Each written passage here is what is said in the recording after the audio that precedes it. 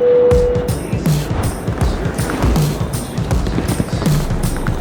you so much. All right, thank you.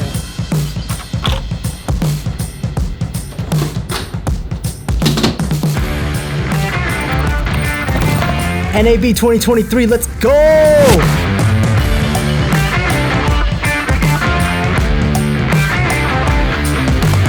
So NAB 2023 had a lot of cool new tech that was shown off, and I'm going to share them with you by category, starting off with cameras and lenses. We did see a new vertical first made for live streamers camera that is going to be announced in July by Hollyland. This is their Venus Pro and Venus Air cameras, and what fellow creator Kofi was thinking, if this camera has decent image quality and comes in at under $1,000, this might be a huge disruptor for the social media content creator world for people who primarily shoot Reels, TikToks, and Shorts. DJI was also showing off their newly released Inspire 3 with its full-frame camera sensor, records up to 8K in ProRes RAW, 14 plus stops of dynamic range, incredible FPV camera, max speed of 58 miles an hour, insane 3D dolly waypoint system, and so much more.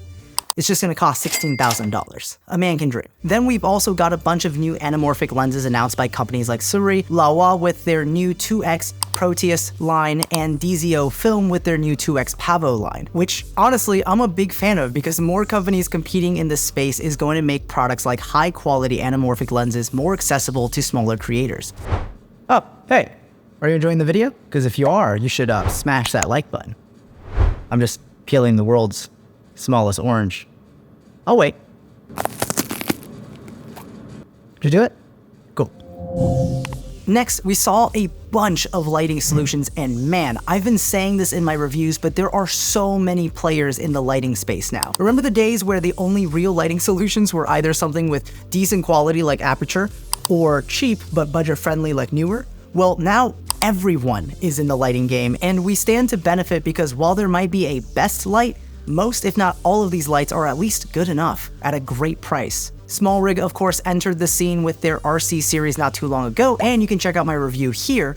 But you've also got Godox, who've been around for a bit and provides everything from small studio solutions to large production solutions. On top of that, Nanlight's got some weatherproof lighting solutions for those who shoot in outdoor environments a lot. Though I would have to say my favorite would be their new practical bulbs. Like, I have this terribly silly idea. What if I replaced all of the bulbs in my house with Nanlight's 10C RGB lights? Just imagine, everywhere in the house would have color accurate, wirelessly controllable lights. Do you guys think I have enough clout to convince Nanlight to send me like 30 of these? Because I think it'd make for a fun video. We've also got some newer players like Colbor who are bringing not only more affordable options to market, but also providing some unique and innovative design concepts like NATO rail inserts to mount multiple units together to create a larger light output.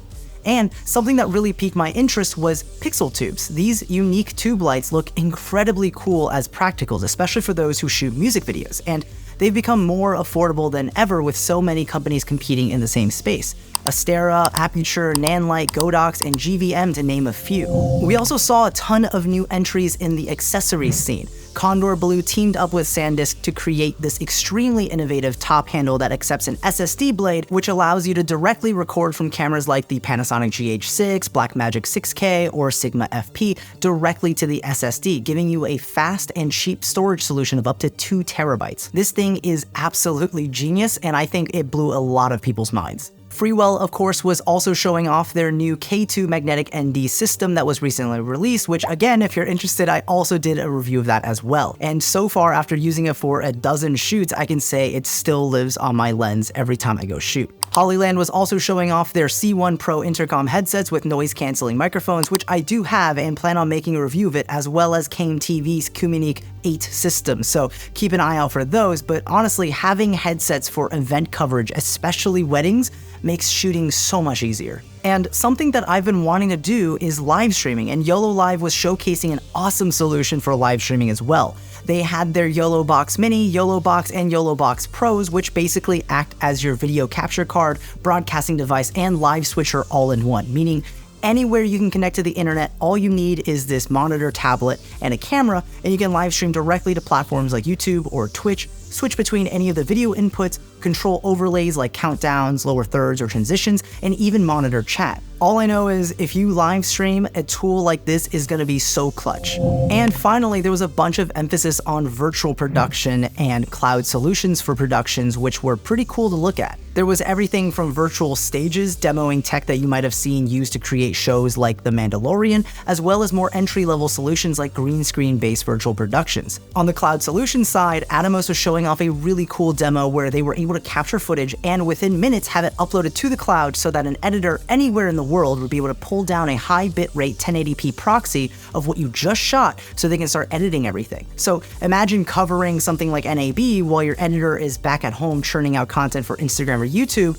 right after you end each clip. And that doesn't even cover a quarter of the tech that was on display at NAB 2023, but I honestly just didn't have enough time to see every single booth. So if you don't follow me on social media, the reason I was actually at NAB this year was because SmallRig graciously invited me out to host their booth and give product demos of their old products, as well as help demo their newly launched products, their manual follow focus, and their Freeblazer heavy-duty carbon fiber tripod, which, by the way, I truly love this tripod, and a review is coming soon. While I was there, I also had a great time seeing new products from all of the brands that I use, but my favorite part had to be meeting everyone at the convention. You had people from all parts of the industry, from filmmakers and directors to freelancers like myself to, well, this was kind of random, but I even met someone who works in the adult film industry, and yeah, I learned a lot from everyone.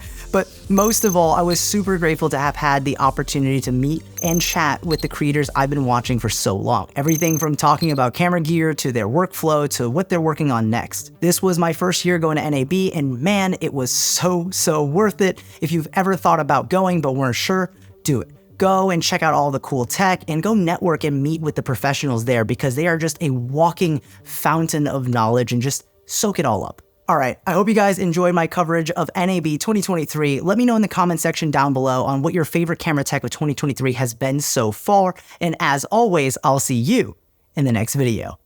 Peace.